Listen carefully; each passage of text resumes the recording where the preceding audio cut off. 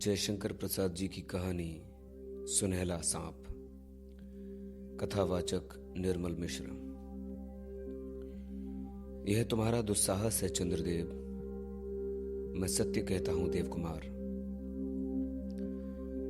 तुम्हारे सत्य की पहचान बहुत दुर्बल है, क्योंकि उसके प्रकट होने का साधन असत है।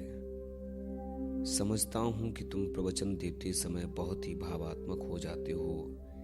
किसी के जीवन का रहस्य, उसका विश्वास समझ लेना हमारी और तुम्हारी बुद्धि रूपी एक्सरेज की पारदर्शिता की परे है।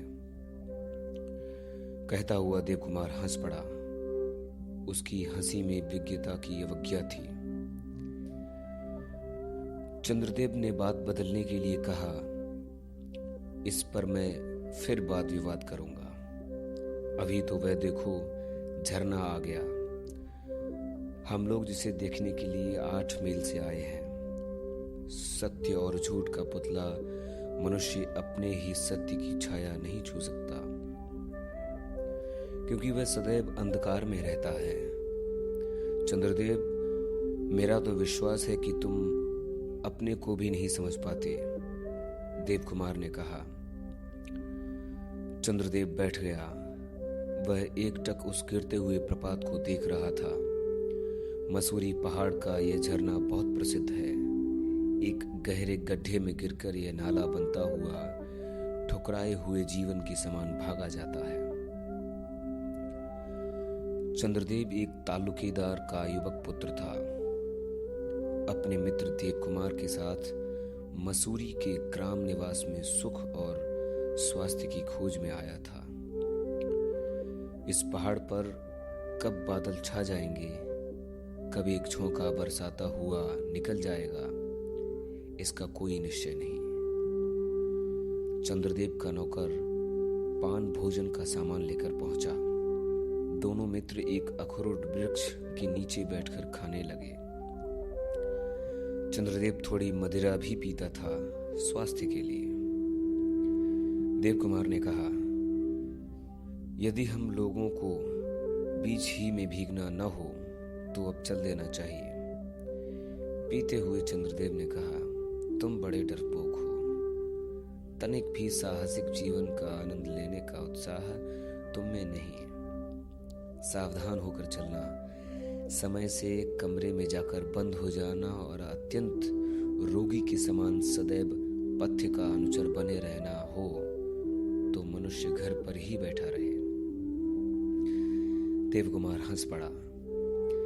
कुछ समय बीतने पर दोनों उठ खड़े हुए। अनुचर भी पीछे चला। बूंदें पड़ने लगी।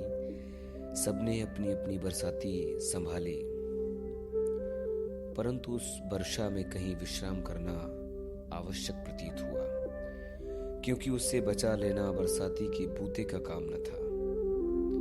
तीनों छाया की खोज में चले। एक पहाड़ी चट्टान की गुफा मिली, छोटी सी। ये तीनों उसमें घुस पड़े। भवों पर से पानी पहुंचते हुए चंद्रदेव ने देखा, एक श्याम किंतु उज्जवल मुख अपने यौवन की आभा में दमक रहा है। एक पहाड़ी स्त्री थी। चंद्रदेव कला विज्ञ होने का ढोंग करके उस युवती की सुडौल गठन देखने लगा। वह कुछ लज्जित हुई। प्रगल्भ चंद्रदेव ने पूछा, तुम यहाँ क्या करने आई हो?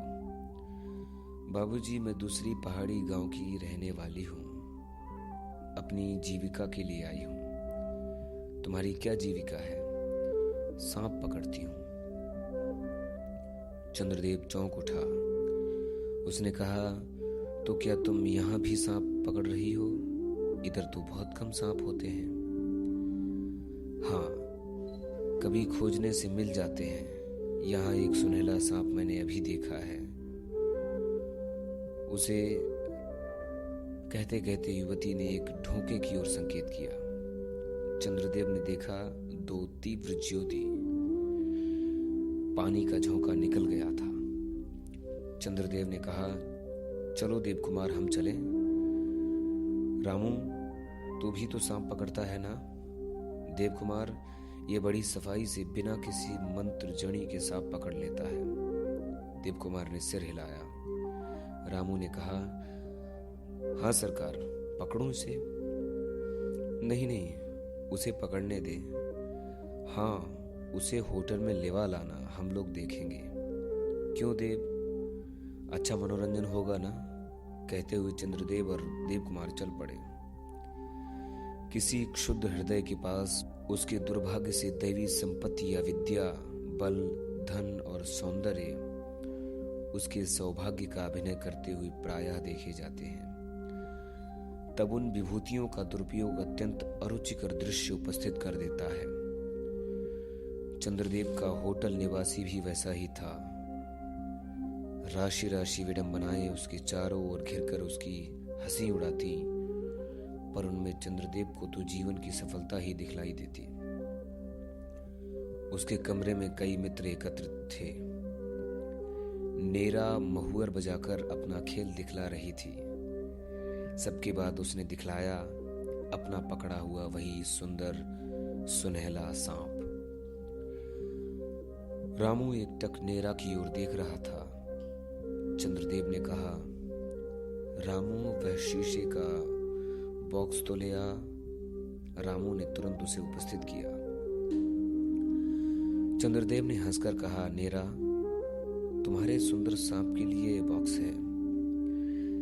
नेरा प्रसन्न होकर अपने नवीन आश्रित को उसमें रखने लगी, परंतु वह उस सुंदर घर में जाना नहीं चाहता था।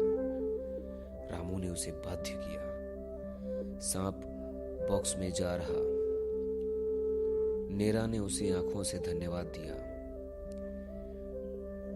चंद्रदेव के मित्रों ने कहा, तुम्हारा अनुचर भी तो कम खिलाड़ी नहीं है। चंद्रदेव ने गर्व से रामू की ओर देखा, परंतु नेरा की मधुरिमा रामू की आंखों की राह उसे हृदय में भर रही थी।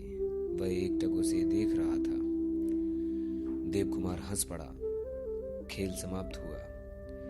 नेरा को बहुत सा पुरस्कार मिला।